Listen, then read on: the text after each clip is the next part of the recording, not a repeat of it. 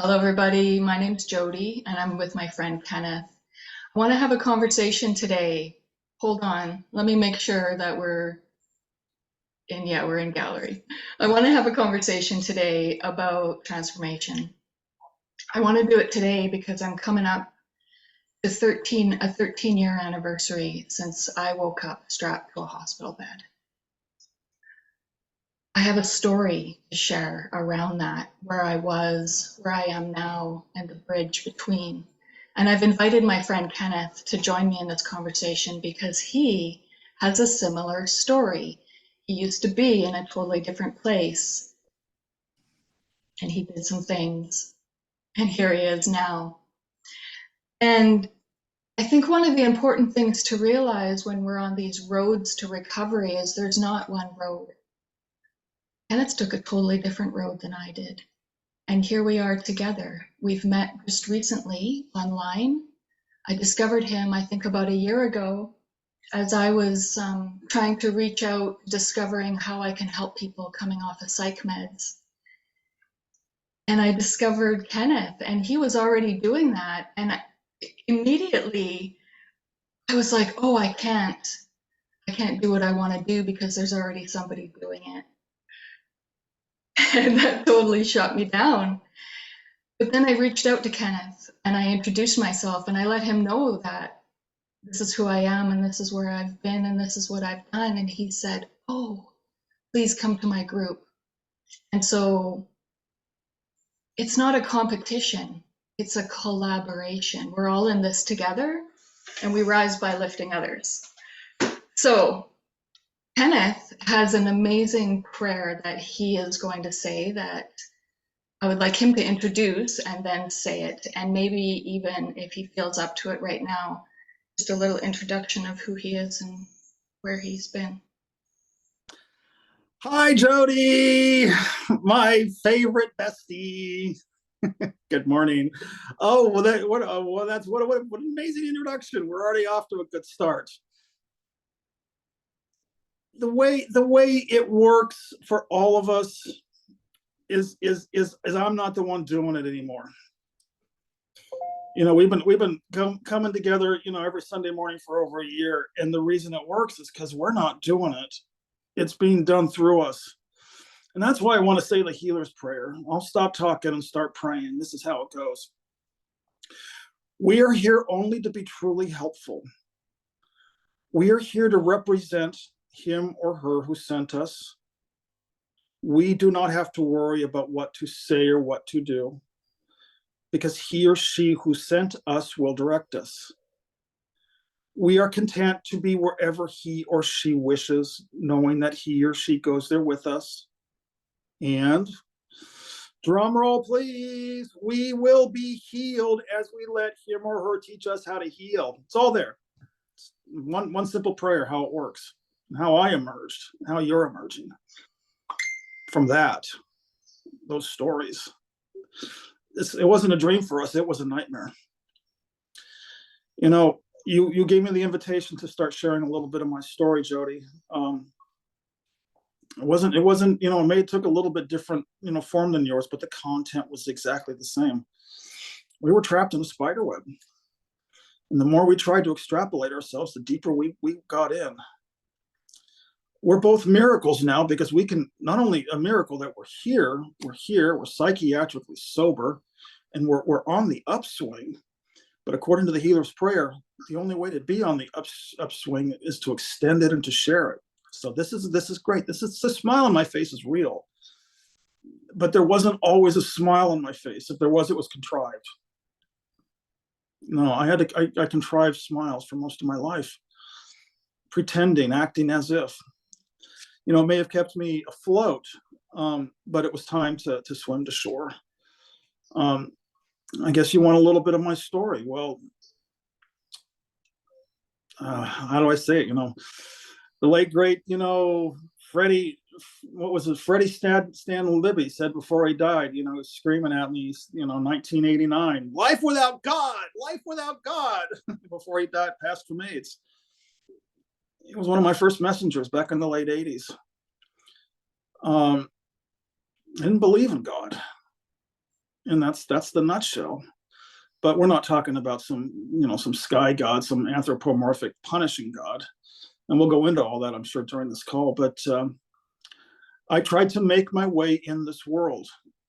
And the formula that I was given was a secular formula based on, fear, guilt, and shame, scarcity and lack. And I tried to make it work, and I got sick. And I went to thinking that there was a physical, biological, chemical component. I went to the physicians who also believed that I had a physical, biological, chemical component, and they had pills. And the trouble is, for all of us, at first the pills worked. And we're not here, same thing on our Zoom calls. We're not here to protest psychiatry because,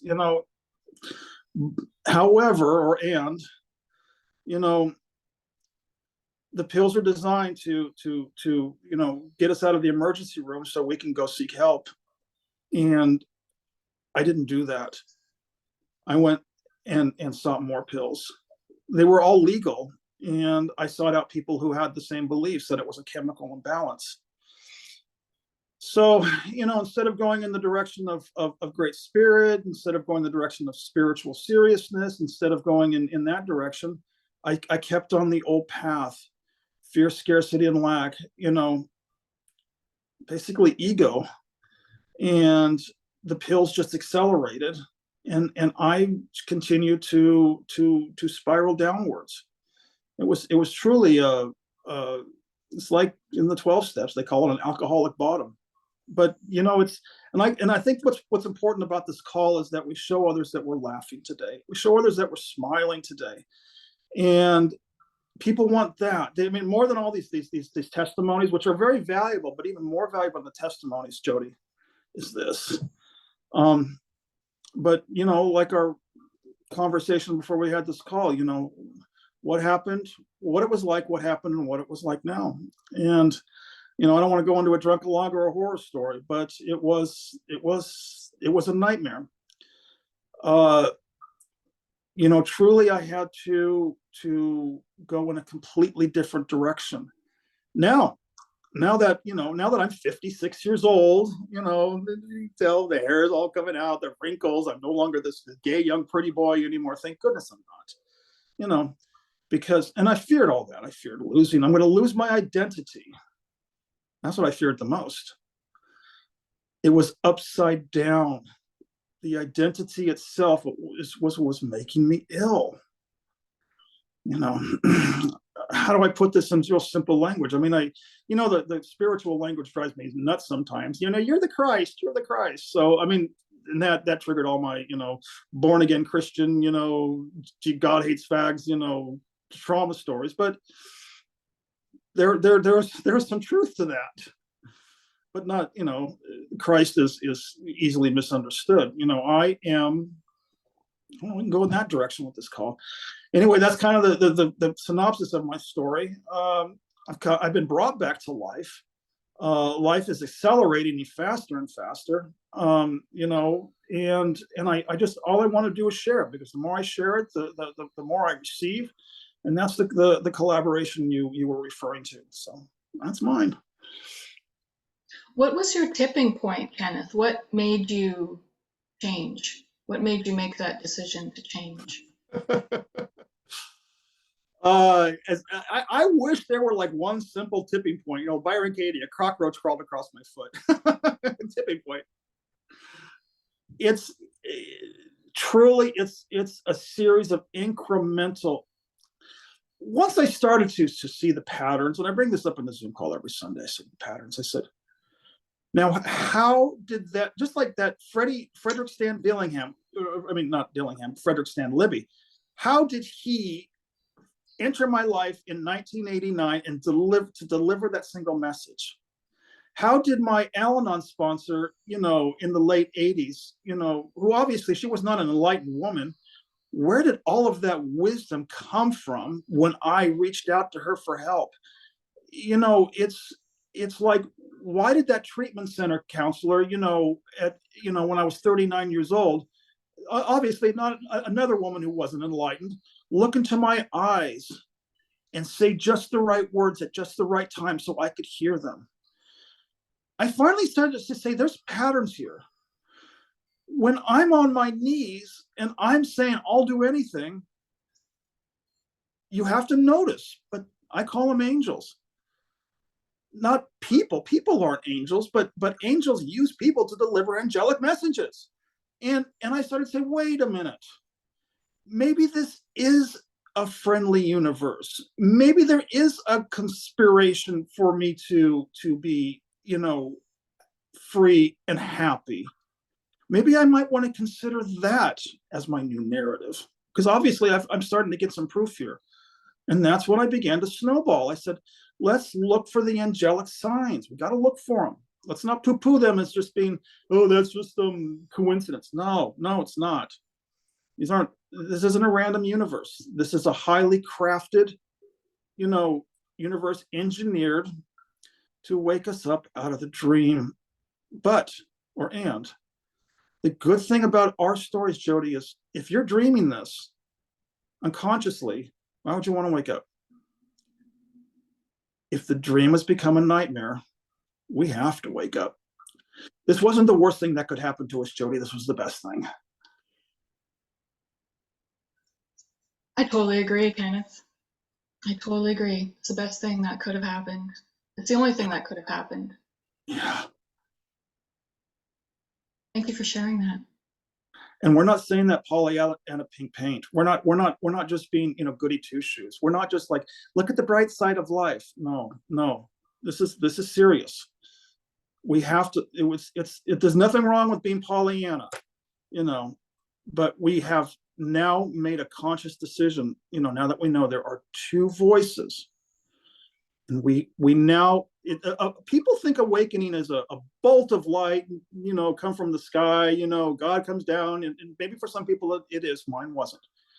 Mine was a discovery that I had a choice.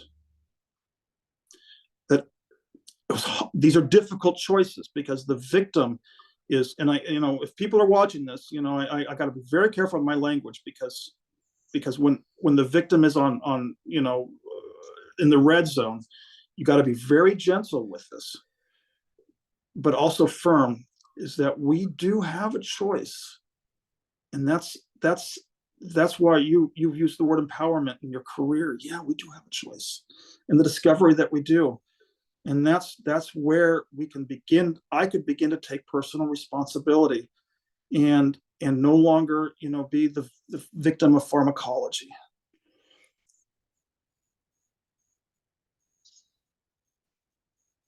I'm just writing that down.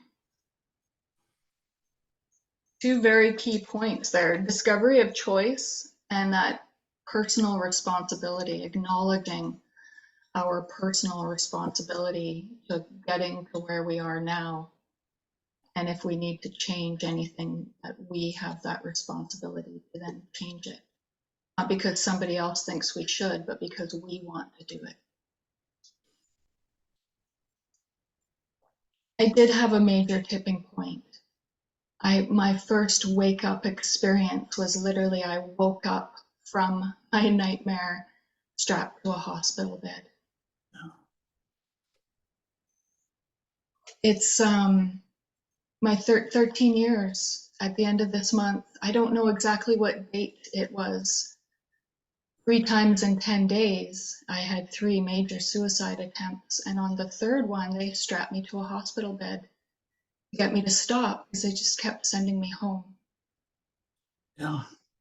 So what inspired me to have this talk today is this burning fire that I have in me to share what is possible. Because every day I'm in shock and awe and so much gratitude at where I am now compared to where I was at rock bottom, living in hell, having lived there for a very, very long time. There was no hope for recovery. Kenneth was given no hope for recovery. Like, part of our Western medical system is that there is no cures. There's diagnoses and then there's treatments, and we treat with pills.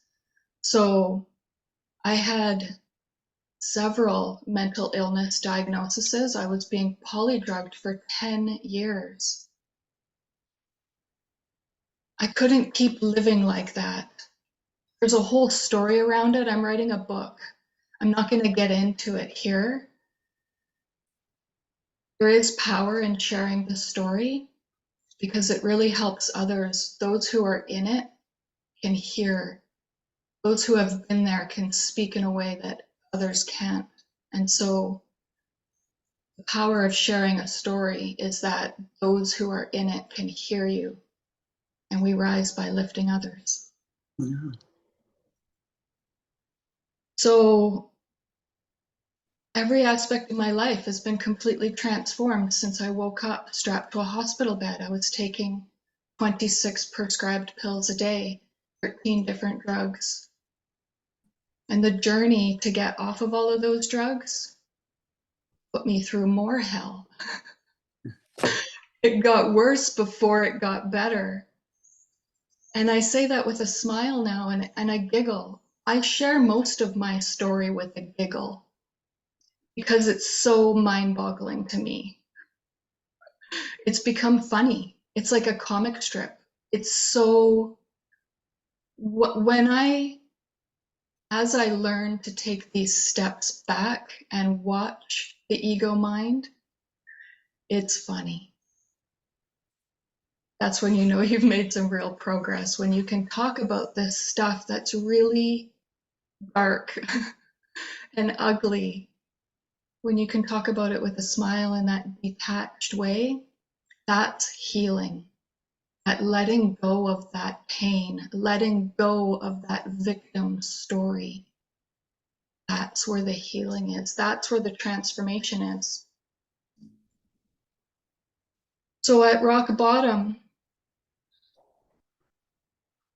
I couldn't keep living like that. And then things got worse. So I became even more desperate, and I couldn't even kill myself. Like that. Oh, I can't even describe with words the kind of desperation that brings about. And that was so pivotal. That was another tipping point for me because I was raised as an atheist. And at one point, I literally looked up and I said, if I need a guru, please show me. And so that was my surrender point. I couldn't do it on my own. I'd been trying to do it on my own. I had to walk away from Western medicine, and I didn't have a lot of support. So I was basically on my own and feeling just helpless. I couldn't even kill myself. So something had to shift, and I asked for help, and I got it.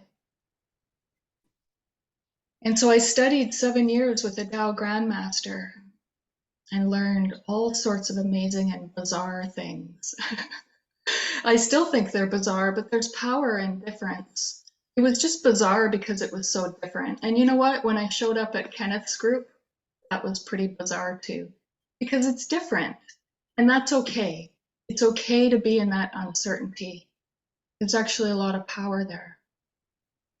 So I spent 7 years with this Tao Grandmaster. I learned how to transform every aspect of my life. I became certified as a healer and a soul communicator. And then I walked away. Got what I needed. I learned what I needed to learn. And something else was calling me. So I went to a different teacher, a different school, and I got certified as a transformational coach. So now where am I? I'm in a completely different place. It's the exact opposite. It's black and white. So now I teach others how to transform any aspect of their lives.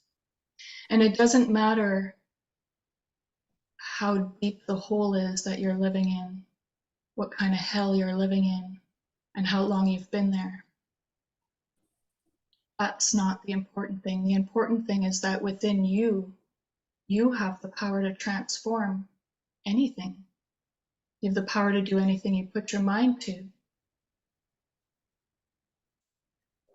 And I felt very sure of all of those things. And then some teachings came into my world that completely flipped everything upside down. And this is the teachings in A Course in Miracles. And it has transformed me again. And now I don't know what I'm talking about. Now I realize that I don't know what I'm talking about. And I say that with a smile and a giggle, because the ego thinks it knows what it's talking about. So that's one of the red flags. Anytime I think I know what I'm talking about, probably in my ego. And so I love the simplicities of some of these teachings. There's nothing to fix here. Nothing's gone wrong. So for 7 years, I spent with a Tao Grandmaster, who is also a Western medicine doctor, taught me how to transform every aspect of my life. I paid thousands and thousands and thousands of dollars to learn this, to experience all of these miracles.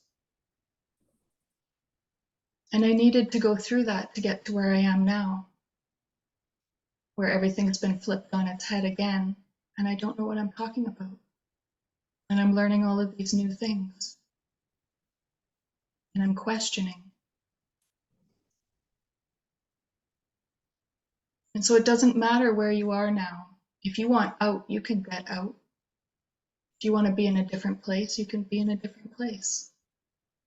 There's guides out there to guide you. Nobody has your answers, but we can guide you within to discover your answers. And that's what we do every Sunday morning, Kenneth. You want to talk about Sunday mornings? It wasn't planned. It's the same thing as yours, Jodi. You know, I'm not reinventing the wheel. I keep saying that. You know, I started the 12 steps, in the late 80s. You know, you can't keep it unless you give it away. Can't do this alone.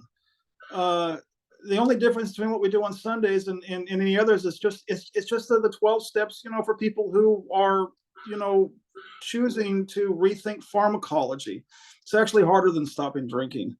And it's a very untouched, untapped demographics. And it's a delicate demographics too, because, I have to add all these disclaimers, because I'm not here to tell anybody they need to get off psych meds. And we're not here to tell anybody, that they need to exit psychiatry if they've chosen. Psychiatry and pharmacology has its place in the dream. I got to be clear on that. What I also said earlier in my introduction, that for us, the dream turned into a nightmare. Einstein said you cannot fix a problem with the same mind that created the problem. So that's why, my group's not too terribly popular, because people oftentimes want to reinvent their dream characters into a successful dream character, and that's not wrong, or that's not bad, because in and amongst itself, that will show us the power of the mind, which is a very, very essential stepping stone. I was in my late 40s, early 50s, and I already knew the power of my mind. The trouble is, inside the dream, it was taking me into loops, where every time I would reinvent myself, yay, I've succeeded. There, I've crashed. Back on the horse, yay, I've succeeded. There. So wait a minute, wait. There's got to be a better way. I'm seeing a pattern here. Success, failure. Success, I said, wait a minute. It came into my discovery that success had to be followed by failure. And I felt like a fucking ping pong ball. And my head was hurting, and I wasn't going to go to the doctor for any painkillers. I said, all right. That's when I said, this isn't working.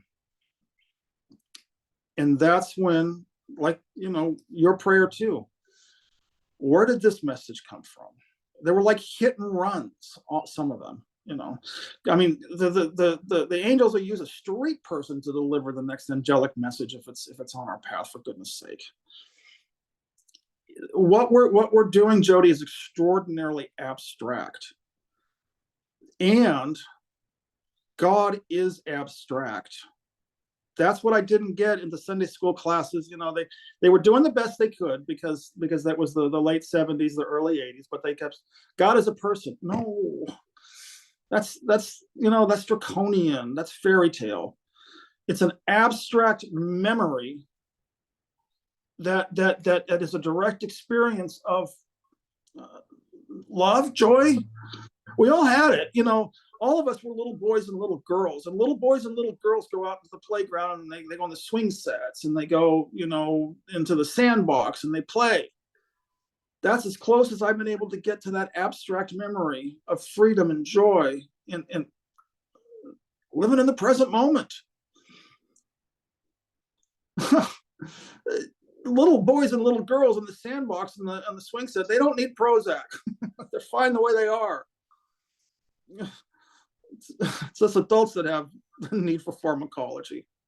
I don't even remember what the question was. Where are we going? Well, I don't think we want to go down that road because my conspiracy theorist in my head is kicking up like crazy. So we're talking transformation, and we're talking the fact that there's not just one road, right? All roads lead to Rome.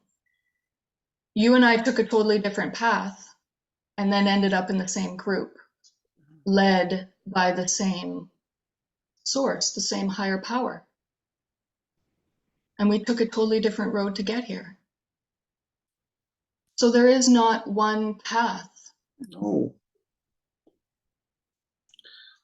I'm glad you're going to bring this into the call, as if I have a path that's right for anyone. I have no idea. This is the Course in Miracles calls it a highly individualized curriculum. And, again, I was, part of my mental illness was I was judging Christianity. My teacher put me straight on that. He said, listen, if there is a story that will make a person feel innocent, then that's working for them. So don't judge Christianity. Okay, I'll stop it. Listen, they're all these masters, Muji, Eckhart Tolle, Byron Katie, David Hoffmeister, Keith Cat. They're all saying, when you start to put the connect the dots, they're all pointing in the same direction. They're all pointing, and they're all different paths, and so yeah, there's no formula. There are teachings, and each person will have to sit with the teachings to see how and where it lands inside of them. And then, it's not to design, I've been in spiritual communities for years. And part of the one of the slogans is listen and follow. Yeah, listen and follow. Don't listen and follow another person. Listen and follow when that internal voice, that inner child comes out with a still small voice message. That's what that's God. And that's our teacher. All these teachings, the purpose of teachings is so we can hear that internal voice. Just so happens the Course in Miracles is the one I've chosen. Before the Course in Miracles, it was the 12 steps. What did you say? A Down Master? All these. And I've said it in my Zoom calls before. People, I get so many, questions. How did I get up hills? How did I get up hills? Well, slowly I began to realize I didn't believe in the pills anymore. And I realized I didn't need them anymore. I was the joy and the happiness, which frightened me because I believed I was guilty and needed to punish myself. A lot of crazy, beliefs generated my mental illness. Once I actually began to believe in my own innocence, I outgrew pharmacology or psychiatry or what the madness. I outgrew it. And the Course in Miracles says it calls it from above the battleground. I call it forest for the trees. It's just saying the same thing, different vernacular.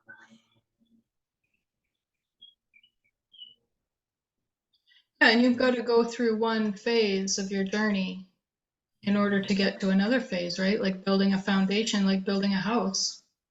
You build that bottom layer, and then you build on top of that. You build on top of that. So did you need the 12 steps to get to the Course in Miracles? Yeah, I would never give advanced metaphysical teachings to someone who was in a treatment center, going through detox. That would actually be cruel. No, the Course in Miracles is not to proselytize. It's so that I can be, centered in myself and simply extend love. No one needs the Course in Miracles from me. They need love from me. Yeah, I needed the 12 steps in the beginning. I was batshit crazy. I needed to sit in the room and tell my story over and over and over and over and over. Of course, I wasn't ready for the Course in Miracles until my 40s. I needed psychiatry. I needed therapy.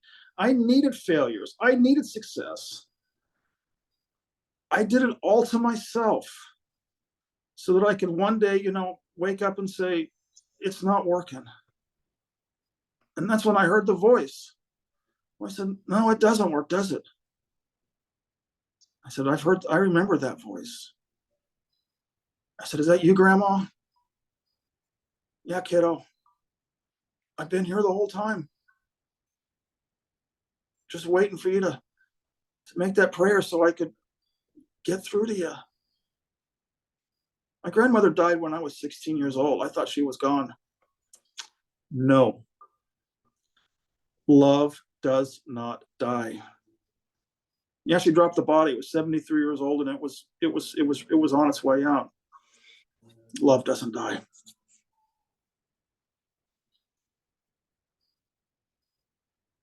We talk a lot about planting seeds, and that's one of your favorite ones. Just telling a friend on the phone this morning, my grandmother planted a seed inside of me. It wasn't, not complicated. She just loved. I was loved as a little boy by one person. Maybe more than others, maybe others, but this was the one person I could trust unconditionally. Mom and dad had their, struggles. So, most parents, are too busy, stressed out to give. But when I was loved unconditionally, there was always that memory deep inside. Things, and she passed when I was 16, so I went off the rails, but that memory is what was true. All these other stories that I generated, my parable, addictions, psychiatry, I mean, I've got a drunkalog on my website. None of them are true anymore, or could hold a candle to that, to the love. It's who we are. It's what, with Krishnamurti, well, maybe that's not the right quote. I mean, he's on my website, but no, it was what started the whole ministry, almost 2 years ago. Now everyone says, I've been damaged by these pills, I've been damaged by the pills. And so I made a video. Who you are cannot be damaged. All of a sudden, all this people started messaging me, oh my God, you mean I'm not damaged? The true you. Bodies, dream characters, they go through all sorts. By the way, they all end up dying, if anybody hasn't noticed, Spoiler alert. Spoiler alert, sorry. Yeah, all sorts of.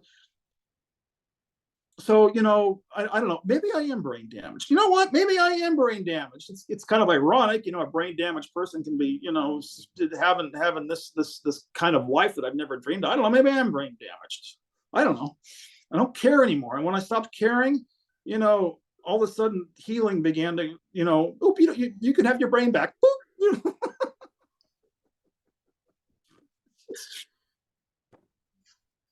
I remember when I first started coming to your group, I was in complete disagreement of that statement, Kenneth. And because as a healer, I was when I started coming to the Sunday group, I was still studying with a Tao Grandmaster, and I was still very much indoctrinated into that system and believing that I was a healer and that I could heal people, and that I had been damaged and that I healed myself, and that I was to then go and heal others. And so, but I didn't understand the two selves, as in Course in Miracles explains it. And but I didn't hear it from that, because I'm still not a Course in Miracles student, even though the teachings have come into my world and colored it, really flipped it upside down. I still haven't read A Course in Miracles, but I've read some other books and watched some other videos, and I've been listening to Kenneth for over a year.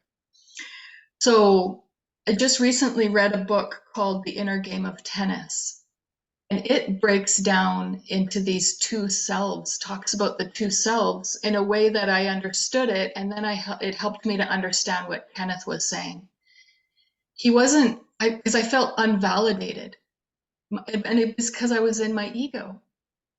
When he says that and I'm in my ego gets all flustered, because that's not the truth of the ego. The truth of the ego is that it's a victim, and that it has been severely damaged, and that it's not my fault. And so, and this is why you don't say esoteric teachings or metaphysical teachings in rehab, because people aren't ready to hear it. They're not at that part of their journey yet. But we do want to plant seeds. And so when I first started hearing that, I was in complete disagreement, but I'm open to hearing new things. And I would consider myself a student of Byron Katie. I've been listening to her for a while now, and I agree with a lot of what she has to say.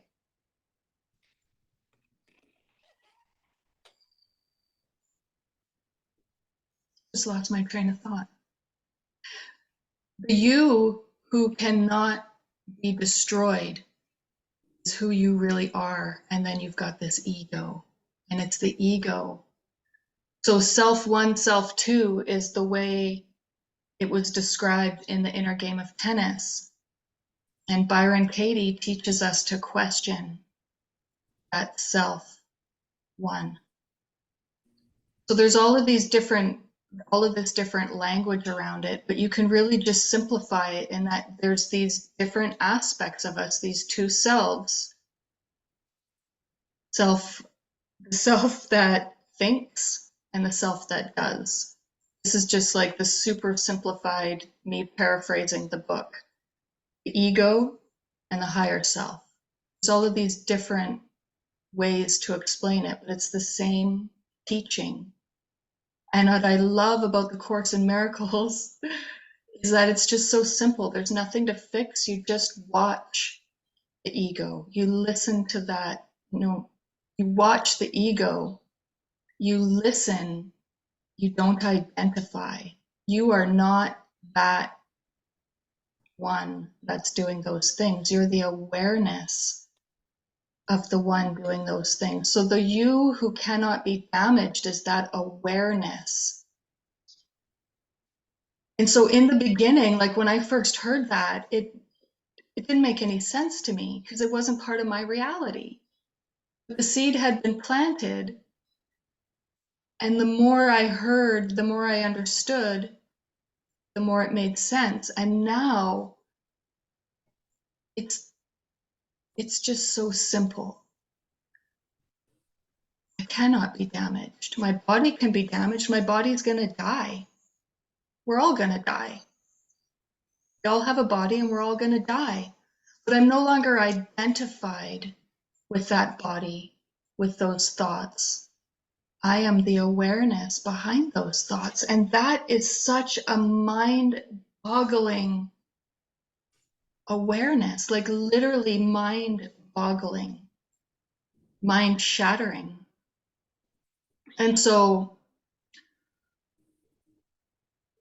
this book called The Disappearance of the Universe. Thank you, Cristiano. Disappearance of the Universe. Somebody told me to read this book, and it was exactly what I needed at exactly the right time. And it has flipped my whole world upside down again. And it's so simple. One of my favorite quotes, this used to be on my bathroom wall, but I just moved, so it's no longer there. Zen theory of change. I change not by being other than I change not by being any other than I am. I change by being fully aware of how I am. So it's just that awareness, that watching. Kenneth said patterns. He noticed the patterns. When you start watching, you will notice the patterns. Byron Katie teaches us to question.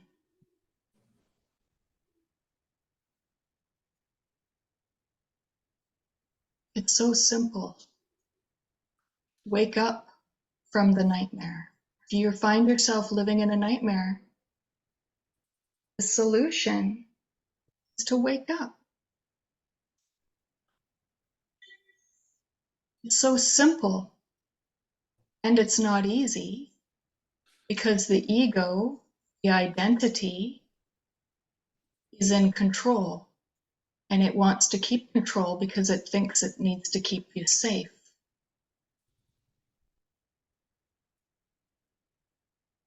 But what Mental it illness, doesn't. right? Mental illness, right? That's Yeah, mental illness. The ego is mental illness. yeah, yeah. There's no such thing as a healthy ego or a sick ego. It's all or nothing. The ego is mental illness. Now, let's get to work. Unbelieving ourselves and reverse engineering ourselves out of the nightmare. That's the trail of breadcrumbs out of the dark forest. The one thing that the fundamentalist Christians, had right is it is really all or nothing. But it's not good versus bad, because that's still in the dream. It's either true or untrue, and the whole kit and caboodle's untrue. And then we start to see fragments of light. I call it the emergence from the cocoon. And we will just know.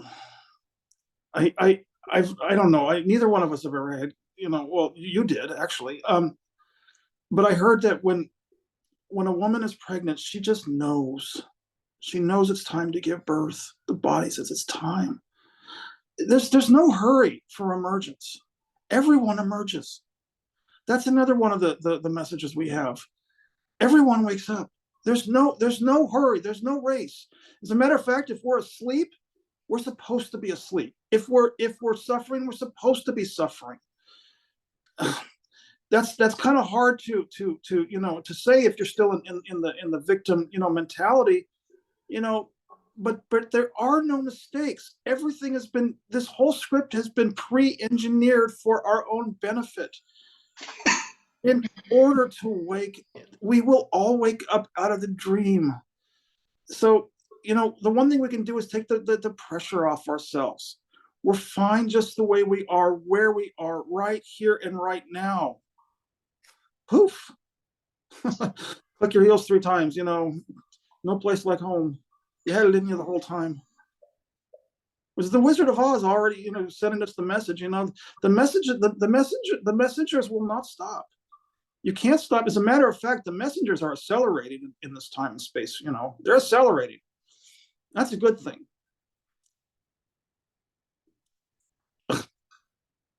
Let's talk about that. Let's talk about the messages that the more I tune in to all of the different messages that are around me, the people, angels, we said earlier that angels talk through people. Messengers are everywhere. They come in dreams, they come through people, in conversations. You can overhear a conversation amongst strangers, and that could be a message for you. There's all of these angel numbers floating around. You can hear something on the radio. And the more open I am to receive, the more I receive. And the more open I am to receive, the more I know that I'm not in my ego, because who's not open to receive? One who thinks it's in control, the ego mind. Jodi, you said yes. That's the only word that is necessary. Yes, help. Show Help. me. Yeah. Please show me. Yeah. Yeah. Yeah. I mean, I was trained to ask for guidance when I was in soul communication. uh-huh. We were trained to ask for guidance, ask for help from above, from whatever your belief system is. Ask for help and wait and see and be open to what comes, even if it's super bizarre. We're really not reinventing the wheel here. No. I mean, all the mystics, way showers, prophet. There was some, dude 2,000 years ago. They're all saying the same thing. Once, just, I mean, there was. It's just, have we had enough yet? Are we done? Nothing's gone wrong, because these are not problems that put a stain on our soul. These were contrast experiences that were necessary for our awakenings. This is not just reframing it into positive light, although if you reframe it into positive light, that's a valuable stepping stone. But this is the true way that spirit is perceiving it. All perception, no perception is true. However, we have to back ourselves, re-engineer ourselves out of the nightmare, and replace the upside down perception with the right side up perception. That God does not perceive, but while we are still in this dream, we are still in the world of perception. So the steps you were talking about, upside down perception to right side up perception. Now, everything that we thought had gone wrong was actually going right. Everything that we thought was needed to be discarded, we don't throw things away. They get repurposed. Each person's going to discover this in their own journey. That's how emergence works. It's just how waking up works. I call it emergence because it's fun language for a website, and I get to host fun Zoom meetings every Sunday. But this is just simply waking up out of the dream.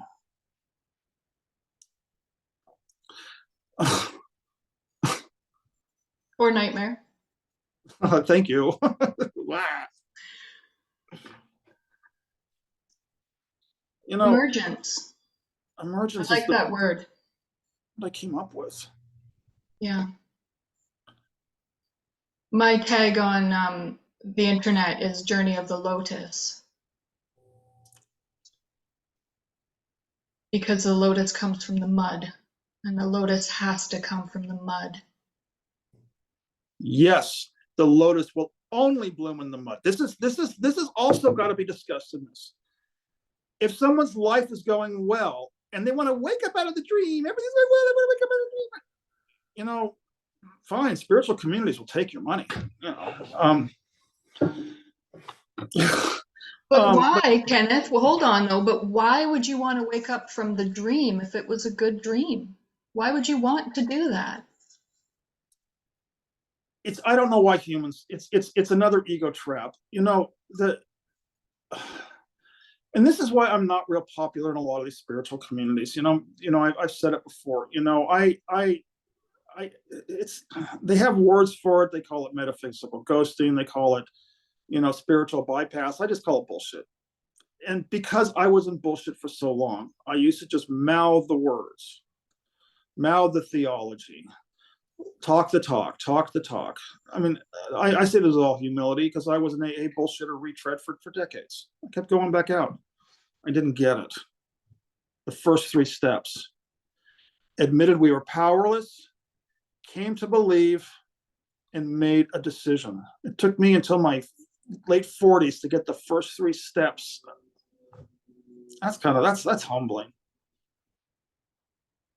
I have one hell of a contrast experience / parable, and you and I are using them to be repurposed. We're calling them testimonies.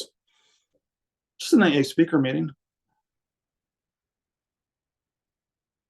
Not like anyone I've been to. Because here we're talking solutions. Well, Jodi, we've been assigned. I got introduced to the negative side of AA, and I don't have anything nice to say about it.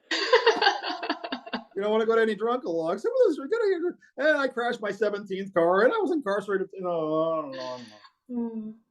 So let's talk about back to the lotus, because as I bloom, I recognize that emergence. I love that analogy of it too. And there's a whole bunch of different analogies and metaphors that we can use. There is that journey of the lotus where like we come from the mud and we rise up to the light and we bloom. And so one of the visualizations I had around that as I was coming to the Sunday calls, and Kenneth uses different terminology than I do. And when I hear emergence, I think of butterfly. And I've used that analogy before because I came from the pills, and you can put a pill into a cocoon. Like you can make a pill and a cocoon the same thing, and then the butterfly emerges out of that. And so that very much resonates with my journey. And a guide is so helpful. Nobody has your answers for you, but Kenneth keeps saying breadcrumbs, right? Like we drop breadcrumbs. Those of us, nobody's like, I gotta be careful with my language here, because it's not like I'm ahead of anybody or I'm above anybody, but I've already been down certain paths, and I can leave breadcrumbs and I can guide others down that path, recognizing that I have to be careful not to go into my ego thinking that I can fix anything, that there is anything to fix, and that I somehow hold the power to fix anything for you. There's a fine line there, I'm recognizing as a coach and a healer, to not get caught up in that trap of the ego. And maybe we can use this time now to talk about some other traps that you will get caught into, or maybe that you won't get caught into, but if you have awareness of them, because there's so many. When we go on this journey, we get in the way. That ego that we've created it gets in the way. It doesn't want us to emerge. So let's maybe talk about some of the traps and let's talk about the badges that it can wear, because spirituality can be a huge badge of the ego. You want me to go down these roads? Not because I go down these roads only because I've worn all those badges, because I've fallen in all those traps. So this is why it's so good to have a guide. This is what I'm trying to highlight here. Not that we have anybody's answers, but we can offer insights. No. We can offer our own experience. And then I think a big part of it is just like, yeah, I know, I've been there. It's okay. It's all going to be okay. That's what I've been saying in my Zoom calls, is that my testimony does have value, because if you can learn from my mistakes, you won't have to make them. So I'm full on board if you want to talk about ego traps.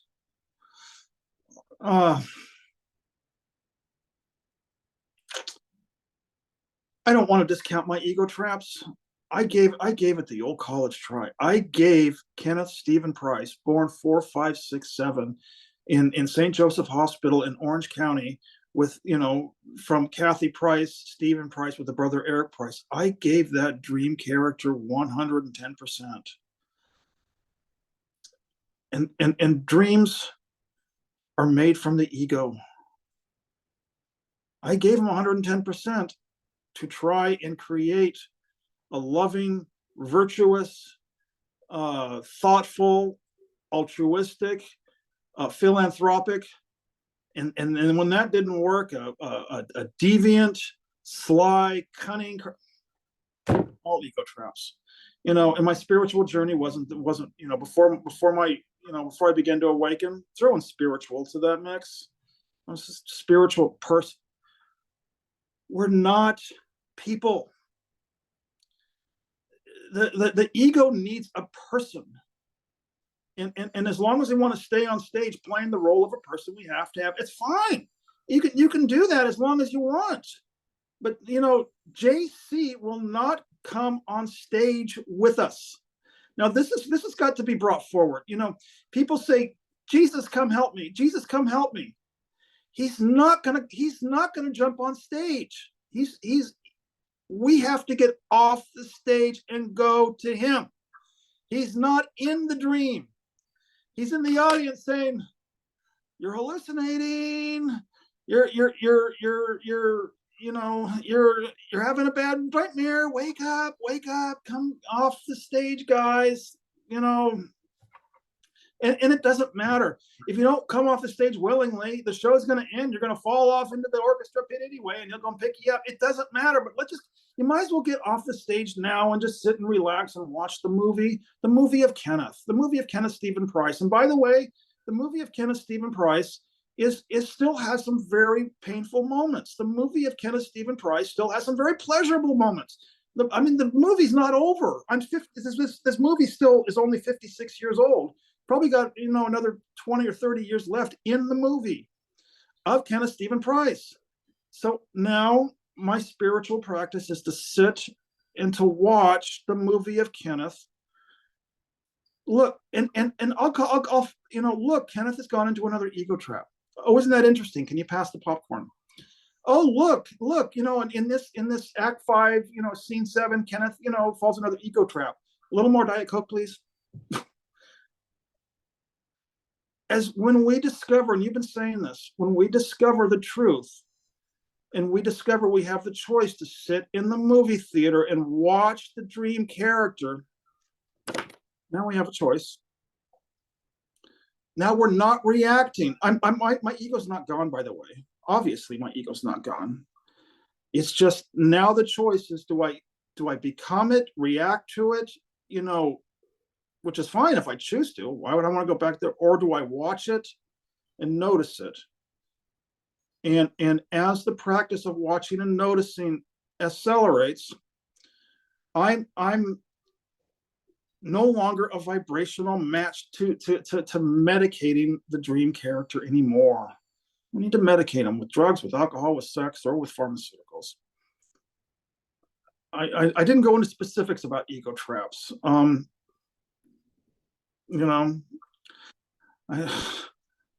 a spirit.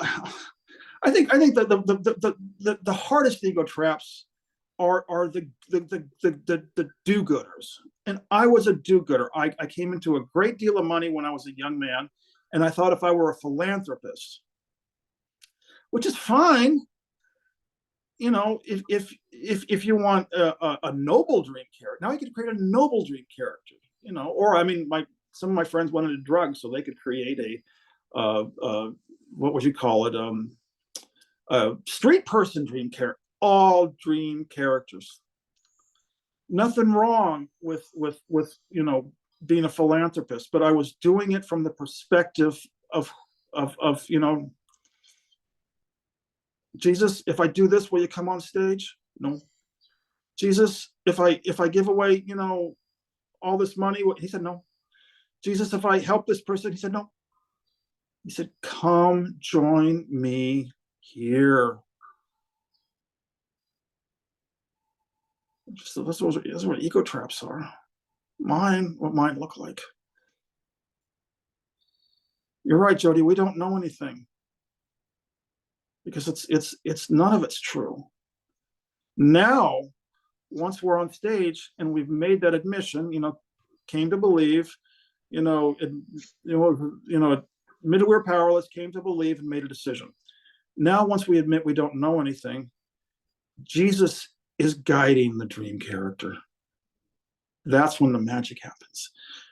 He says, you still believe you're on stage, but follow my voice. Doesn't mean to be Jesus. It can be Krishna, it can be Buddha, it could be, in my case, my grandma Marshall. It doesn't matter. The love. I don't care. Ganesh. How about that? I like Ganesh. Will guide us. And as long as we're on the stage, it's going to guide us to one badass dream, a happy dream. That's the good news.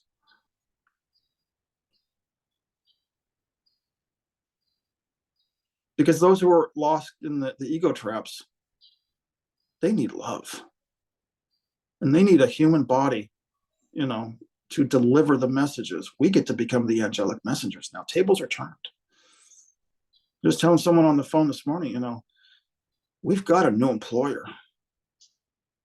And he's going to use everything that we thought went wrong as fuel.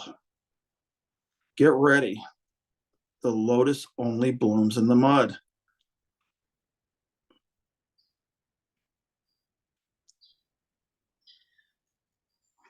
All of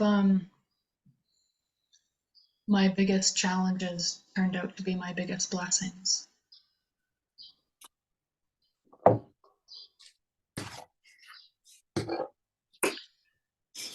Jodi, I've said this to you before. I'm excited. I was excited when you asked me for this interview. I'm excited every time you get to show up.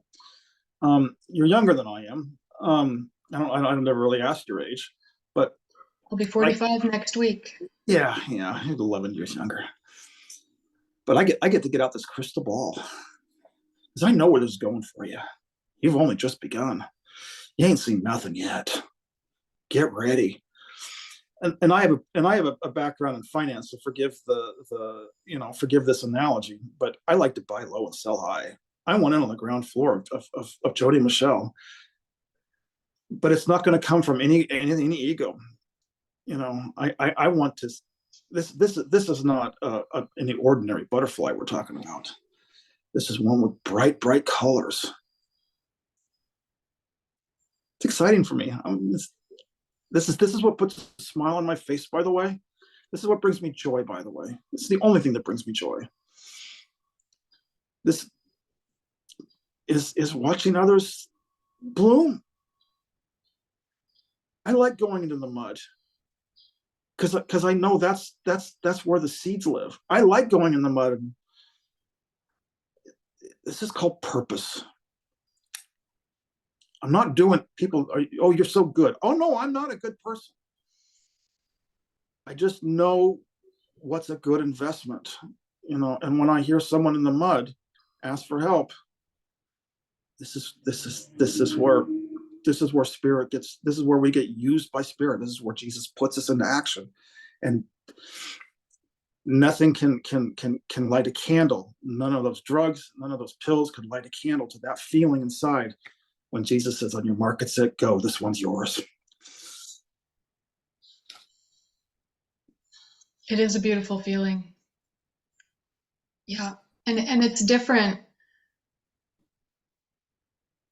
It's a different having struggling with my words, having been like a healer in a different system, thinking that I can help people, thinking that I can help them fix their problems.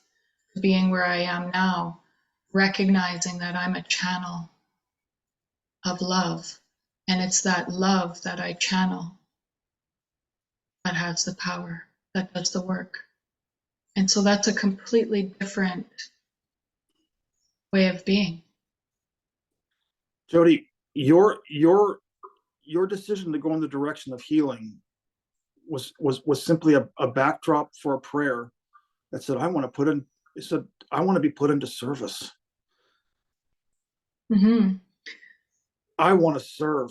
And that was answered. Not so much that please get me out, please help. Well, that's a powerful prayer too, but even more powerful is put me into service. All right, if you're going to be into service, We gotta get you up to speed. You don't need any more mental illness. You don't need any more pills. You don't need, because we got work for you to do. It was hard for me to get that one. You know, I thought I needed to charge money. Talk about an ego trap. There's no price tag on love. This is going to be a very complicated one for some of the new age, you know, coaches out there. As a matter of fact, I might get some hate mail. Wouldn't be my first. There's no price tag on love. Once the employer kicks in, we will be provided for. This cannot be secular. I can't compromise on that.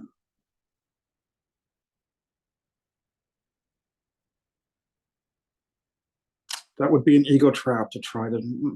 And I just, you know, Jodi, I'm coming into this right now. You know, I'm just figuring it out. This is 100% based on trust.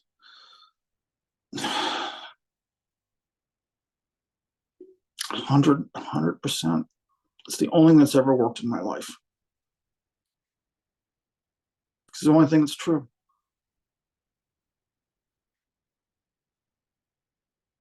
For the record, I was 25 years on countless pills.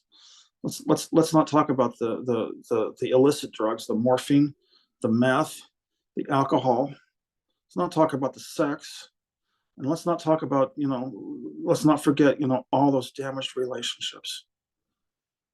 I've got a trail of wreckage, folks. I shouldn't be here. No one's. They told me I should never be off those. They told me, you'll never get off those pills, and don't even bother trying. Miracles are possible. That's the message we're here to convey.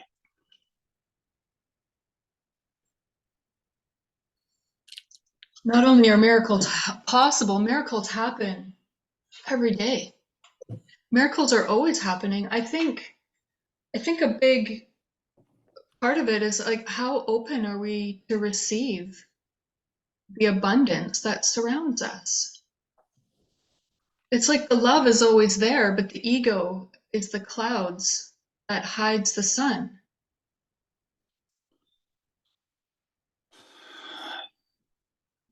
It's all available. How open are we to receive? You know, there was a reason that Jesus used to hang out with the tax collectors and the prostitutes.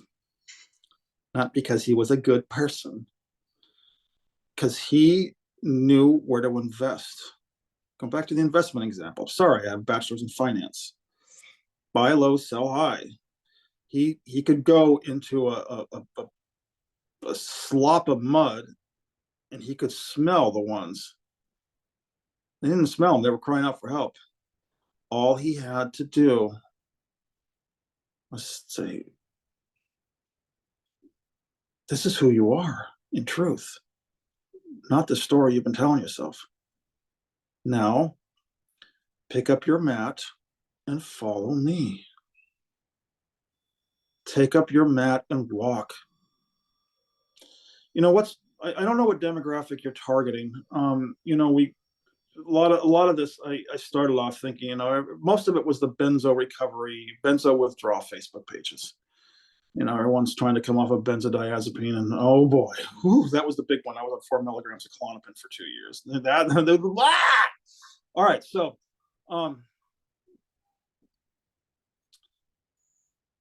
that's where this whole ministry started. You know, everyone thinking, you know, when did you heal? How did you heal? Because it goes back to that original narrative. You know, my brain's been damaged.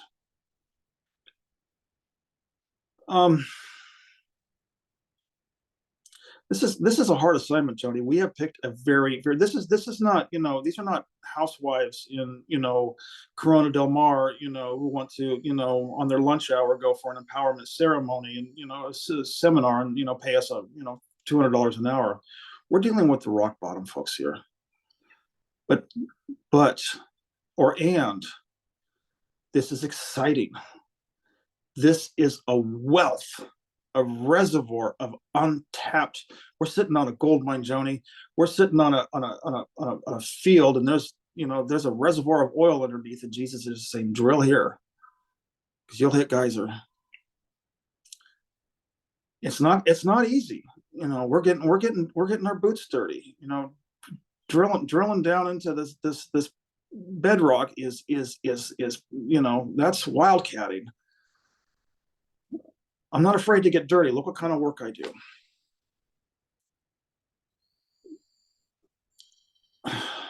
It's the only work. I've been given a second chance at life. I shouldn't be here, and neither should you.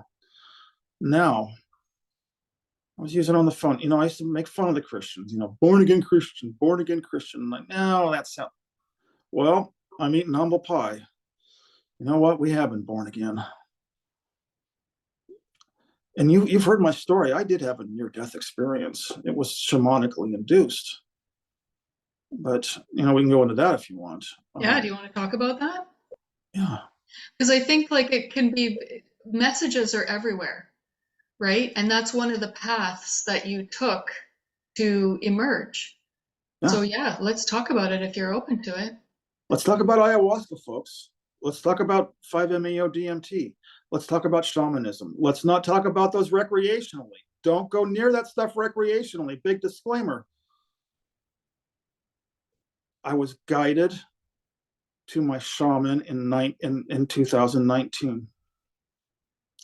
I said, I'm hopeless. And he said, I don't think so. It's hard work. Ayahuasca is a very, very powerful medicine. It's powerful because it works. Ayahuasca doesn't, maybe for some people it shows a bunch of mandalas and crystals, but for me, it took me in the opposite direction and said, you're going to have to go inside the shadow and sit there for 4 hours. You're just going to have to sit and take a look, go inside. I've been spending my whole life. My mental illness was based on running from that shadow, thinking it was going to kill me. Ayahuasca is a shadow medicine that said, you're going to go into that shadow because that's what's going to save you. You've got to discover for yourself that it's not real. I'm going to show you that you're doing it to yourself. Hard. Everything, a lot of religions say, avoid, I rebuke thee in the name of Satan. Well, that's not, the full picture. Shadow's not Satan. It's, a lot of times we're running away from the shadow. It's, if you turn around and face it, folks, which is frightening. Mine didn't turn out to be, a Tyrannosaurus Rex, from Jurassic Park. That was trying to eat me. When I had the courage, and I couldn't have done this without the help of the shaman and the medicine, when I had the courage to turn around and open my eyes, it turned out to be a puppy dog that just wanted to give me kisses and slurps. Each person's going to have to face it on their own. Ayahuasca gave me that. It's terrifying. But it's important we discuss it. Each person, ayahuasca is going to give each person the journey that's specially fabricated for theirs. Some people just needed to see mandalas. There was one woman there who was just, she was driving us all nuts during ceremony. She would just sing, Hello Kitty. I don't even know, some Hello Kitty pillows. That lady, that's not helping me. I'm over here facing the dragons, and you're talking about Hello Kitty. She's got a cute young thing. But,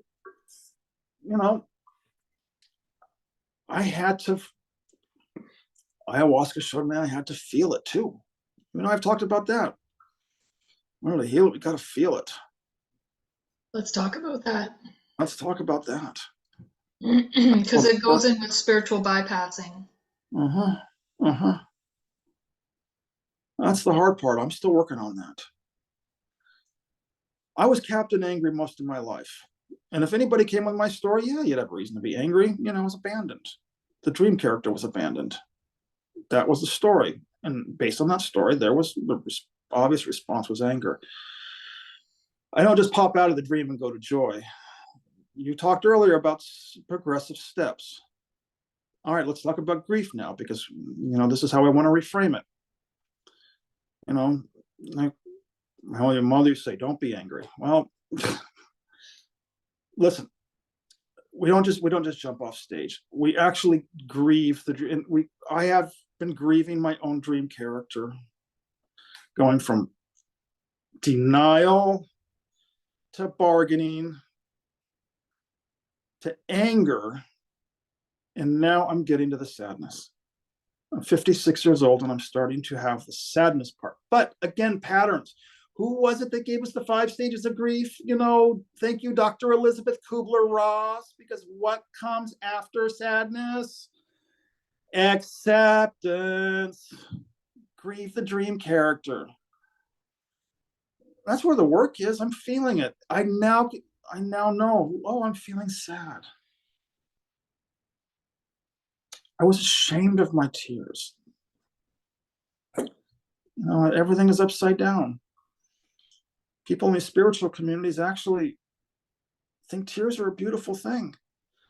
And if you watch the movie The Shack and the scene in the garden where he was with the Holy Spirit and he started to shed tears, she collected them in a vial. And he goes, "Why are you doing that?"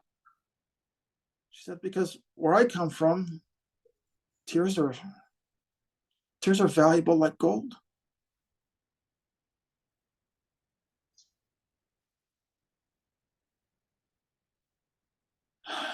There was a poem by Khalil Gibran, I'll never be able to quote it. Khalil Gibran, pain. Pain is the inner teacher which heals our sick self. I wish I had some quote file in front of me, but Khalil Gibran, we're not reinventing the wheel. Just that most of our demographics have been on psych meds, have been in psych hospitals, have been on benzos, and they've been told, you're going to be on this stuff for the rest of your life and your brain's been damaged. Well, sorry, folks. Ain't true for Jodi. Ain't true for Kenneth. Probably ain't true for you either. But here's our trail of breadcrumbs we're offering. We're giving you this gift and extension. We're here for you, folks. There's hope. Don't listen to those disempowering narratives in those Facebook pages. They're like bad AA meetings. Nothing wrong with bad AA meetings, but, as we used to say in the program, hang with the winners.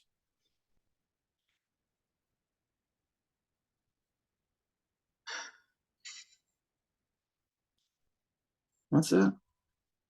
So this is a good time to do a couple shout outs, because you kind of just did. And so now I'll take this opportunity to just shout out to anybody, like if any of this has resonated with you, if you find yourself woken up in a nightmare, if you don't like where you are, if you wish things were different, if you're sick and tired of being sick and tired, you find yourself living in hell, if you want out, if you wish things were different, like any of the above.